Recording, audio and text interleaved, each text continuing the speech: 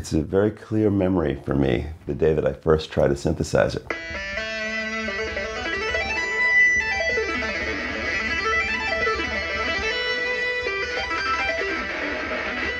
When I was in high school, some friends of mine who knew that, I was just really into music, they decided they would come over to my house and actually bring one of the old, I think it was like a Sonic 5 Moog synthesizer. Went into my room and put this thing down. I plugged it in and I had like an instant connection with this thing. I remember like just playing some keys on it and turning the knobs and kind of feeling like the knobs were inside my brain or something. To me, it was so different because I was just playing the piano. I wasn't used to the idea of having any other kind of control over the sound, especially some kind of like real time, after you hit the key, to be able to then continue to kind of command the tone. So it was from that day that I kind of like I have to play these things. These are awesome. When I started playing synthesizers, there used to be this argument about how synthesizers in electronic music wasn't expressive, it wasn't organic. And I always felt like, I don't know, even if I played a key and I turned a knob, I kind of felt this idea of a higher expression because you're controlling the sound kind of like in real time as opposed to just hitting a key and just having this sonic event happen. So I've been on this path to help to make the electronic instruments more and more expressive to the point where you truly feel that when you touch something that it's so connected kind of with your physical, spiritual space that that argument completely ceases to exist at all. The Mesa show, the NAMM show, they're very important shows for me because, I've always been connected to the electronic music world. Meeting the people, finding out what they're doing in the space. I have this passion for sound. So being at a, big music convention and seeing what everybody's doing, that's, it's like a family coming together. We're on this common ground and they're doing some great things.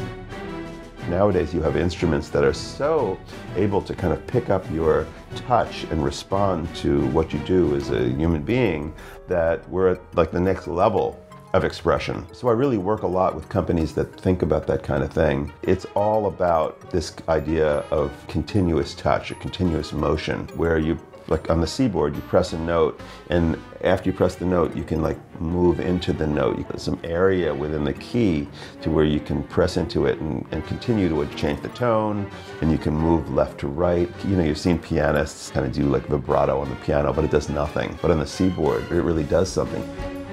Mobile technology is really taking over and will be so important in the future.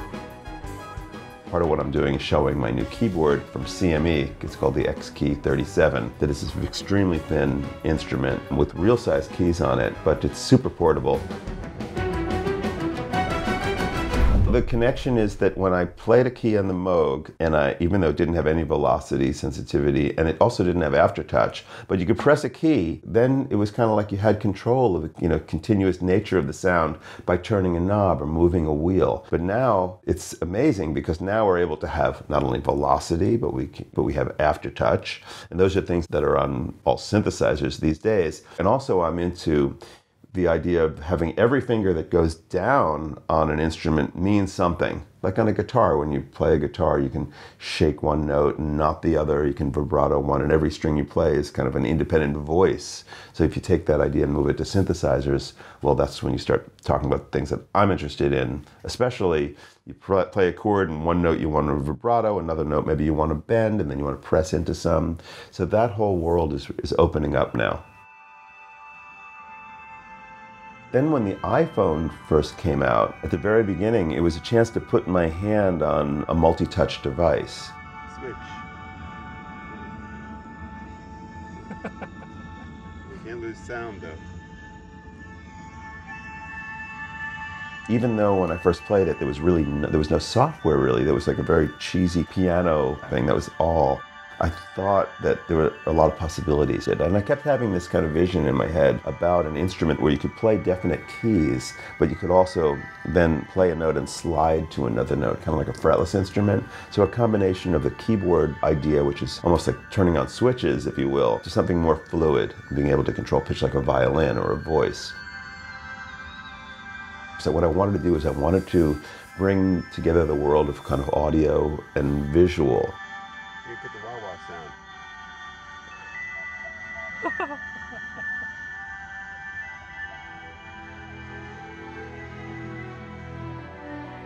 had an idea how you could have something that would be entertaining, but also informative. So when you press on a note, you could see, let's say, the waveform in a certain kind of visual image. But then as you're moving through the vertical throw of a note, it could morph into something else. You know, I realized there was a lot of things that were really possible, a lot of expression that could happen using a multi-touch interface. And of course the iPad came out. And at this point I'm thinking all kinds of, you know, ideas. You know, these days one of the big things that I'm into with music technology are these newer instruments and newer ideas about how to use technology to create expression.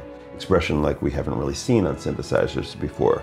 This space is so exciting because, like, I wake up every day and, you know, like, people are always working on this kind of thing, and I see changes every day to this, and it seems like the world is becoming more open to, you know, this type of thinking and these type of tools. You know, I kind of like start the day and I'm excited about, you know, what's going to happen and how much further we can get with the technology and expression, and it's always an adventure. For me, it's always a sonic adventure.